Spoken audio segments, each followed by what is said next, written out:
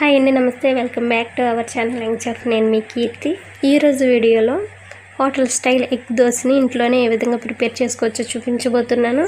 మరి లేట్ చేయకుండా ఇది ఎలా ప్రిపేర్ చేసేయవచ్చో చూసే ముందు ఫస్ట్ టైం కనుక నా వీడియో చూస్తున్నట్లయితే ప్లీజ్ సబ్స్క్రైబ్ చేసి సపోర్ట్ చేయండి. ఎగ్ కారం దోశకు దోశ బ్యాటర్ని ప్రిపేర్ చేయడం కోసం ముందుగా ఒక గిన్నెని తీసుకుని దీనిలో ఒక గ్లాస్ వరకు మినపప్పుని కానీ మినపగుళ్ళని యాడ్ చేసుకుని వాటర్ పోసుకోండి. నెక్స్ట్ మరొక బౌల్ని తీసుకుని దానిలో 2 కప్పుల వరకు రేషన్ బియ్యాన్ని లేదా దోశల బియ్యం అంటాం కదా, వాటిని కానీ యాడ్ చేసుకోండి. ఇక్కడ 1 కప్పు మినపగుళ్ళకు 2 కప్పులు బియ్యాన్ని యూజ్ చేయాలి. సో బియ్యాన్ని కూడా తీసుకున్న తర్వాత దీనిలో వాటర్ పోసుకుని 2 or 3 times వరకు శుభ్రంగా వాష్ చేసుకోండి. వాష్ చేసుకున్న తర్వాత మరలా దీనిలో ఇవి మునిగేంత వరకు కూడా వాటర్ని యాడ్ చేసుకుని ఒక 5 to 6 hours వరకు వీటిని నానబెట్టుకోండి. 6 hours తర్వాత వీటిని శుభ్రంగా వాష్ చేసుకుని ఒక మిక్సీ జార్ని తీసుకుని దీనిలో బియ్యాన్ని ముందుగానే కడిగి పెట్టుకున్న మినపప్పును కూడా యాడ్ చేసుకుని కొద్దిగా వాటర్ పోసుకుంటూ మెత్తగా బ్లెండ్ చేసుకోండి.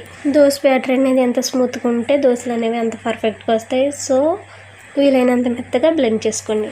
ఇలా బ్లెండ్ చేసుకున్న పిండిని ఒక బౌల్లోనికి ట్రాన్స్ఫర్ చేసుకుని దీనిపైన మూత పెట్టేసి ఓవర్ నైట్ కానీ లేదా 6 to 7 hours వరకు దీన్ని మనం ఫర్మెంట్ చేసుకోవాలి. ఇలా ఫర్మెంట్ చేసుకున్న పిండిలో రుచికి సరిపడేట్టు ఉప్పును కాస్త వాటర్ని యాడ్ చేసుకుని వీడియోలో క్లిప్లో చూపిస్తున్నట్టుగా దోశ పిండి బ్యాటర్ వచ్చేంత వరకు కూడా మనం దీన్ని మిక్స్ చేసుకోవాలి.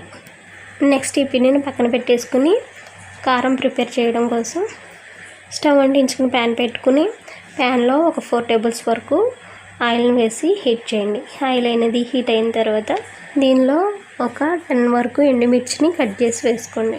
వీటిని గట్టితో కలుపుకుంటూ దోరగా వేయించుకోండి.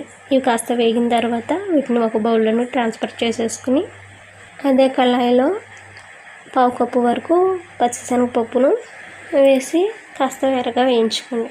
ఇవి కొద్దిగా వేగిన తర్వాత దీనిలో సన్నగా కట్ చేసి పెట్టుకున్న ఆనియన్స్ను ఒక 1/2 కప్పు వరకు ఇందులో యాడ్ చేసుకోండి.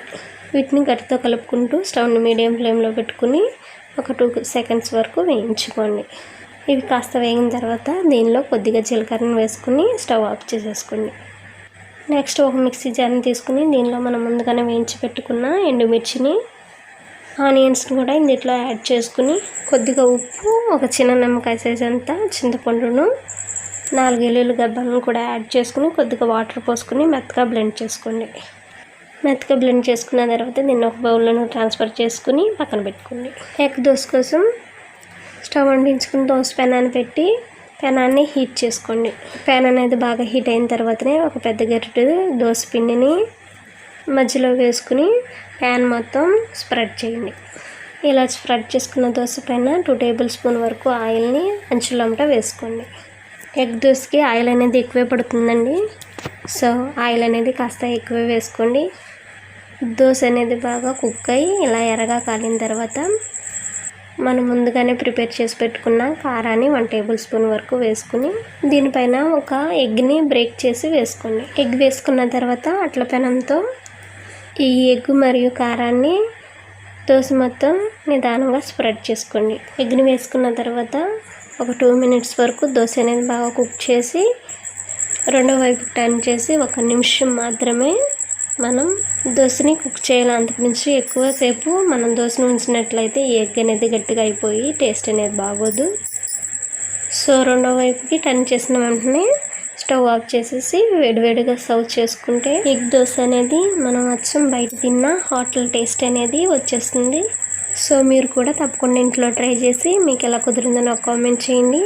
నా వీడియో కనుక నచ్చితే సబ్స్క్రైబ్ చేయడం మర్చిపోకండి. Thank you for watching.